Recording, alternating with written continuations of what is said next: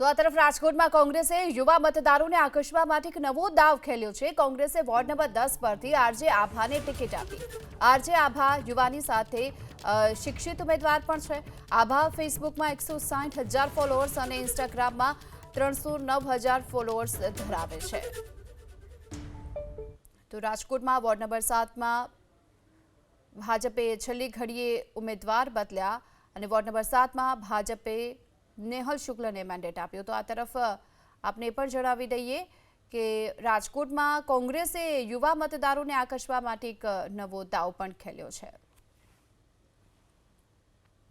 કોંગ્રેસના ward number 10ના છે તે આરજે આભા કોંગ્રેસમાંથી વોર્ડ નંબર 10માંથી ઉમેદવારી ભરી રહ્યા છે અને રેડિયો કલાકાર પણ છે ને હવે રેડિયોની જગ્યાએ છે તે લોકોની વચ્ચે આવશે। શું કહેશો?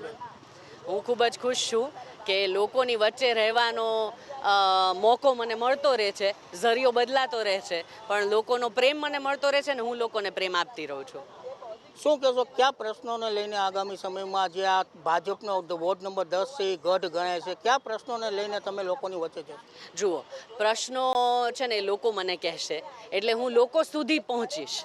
પ્રશ્નો એ નક્કી કરશે અને એનું સોલ્યુશન લઈ આવવાનો પ્રયત્ન હું કરીશ। એટલે હું લોકો સુધી પહોંચવાનો પ્રયત્ન મારો અત્યારે રહેશે કે એની સાથે હું કમ્યુનિકેશન કરું, 1-to-1 કન્વર્સેશન કરું, એ લોકો માટે હું રીચેબલ થાઉં। એવું નહીં કે એટલે એ લોકો માટે હું રીચેબલ થાઉં અને હું એ લોકો સુધી, એ લોકોના દરવાજા સુધી હું પહોંચું, મારો એટલો પ્રયત્ન રહેશે। પછી પ્રશ્નો એ લોકો મને કહેશે અને હું એનો સોલ્યુશન લઈ આવવા માટે પૂરેપૂરો ટ્રાય કરીશ।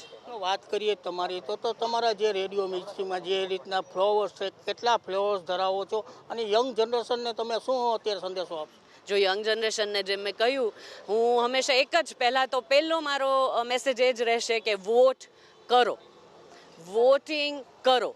વોટ તમારો હક છે અને એ તમારી ફરજ છે અને તમે એ તમારો હક વેસ્ટ ન કરો। એટલે યંગ જનરેશનને ખાસ વોટિંગ અવેરનેસ માટે હું હંમેશા કહેતી આવી છું અને હજી આગળ પણ એ કહેવાની જ છું, વોટ કરતા રહો અને હા, પછી અમારા પર ભરોસો હોય તો ડેફિનેટલી અમને પણ વોટ કરો।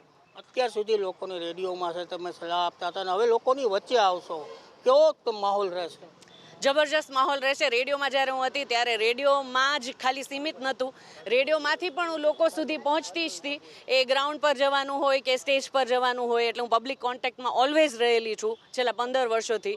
એ હજી પણ કન્ટિન્યુ રહેશે। મેં કહ્યું, પ્લેટફોર્મ અલગ છે પણ પર્પઝ અને પરફોર્મન્સ એ જ છે, સેમ છે। આપણે અન્ય એક ઉમેદવાર છે વોર્ડ નંબર 10ના ભાર્ગવીબા, શું કહેશો બેન, જે રીતે અત્યારે તમે ઉમેદવારી પત્રક ભરવા આવ્યા છો, કયા પ્રશ્ન લઈને લોકોના છે તે વચ્ચે જશો?